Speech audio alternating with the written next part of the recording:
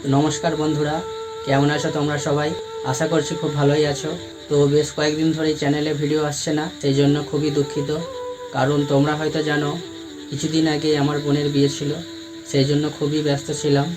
আর তারপরেই একটা দুর্ঘটনা ঘটে যায়। দুর্ঘটনা বলতে হঠাৎ করে একটা অ্যাক্সিডেন্ট হয়ে যায়।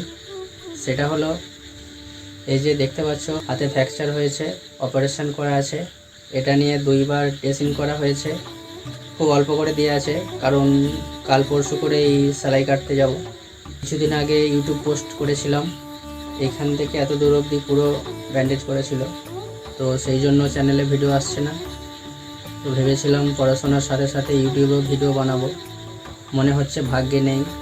তো যাই হোক, সেই সব কথা। তো সুস্থ হয়ে উঠলে খুব তাড়াতাড়ি আবার চ্যানেলে ভিডিও আসবে। তো ধন্যবাদ সকলকে।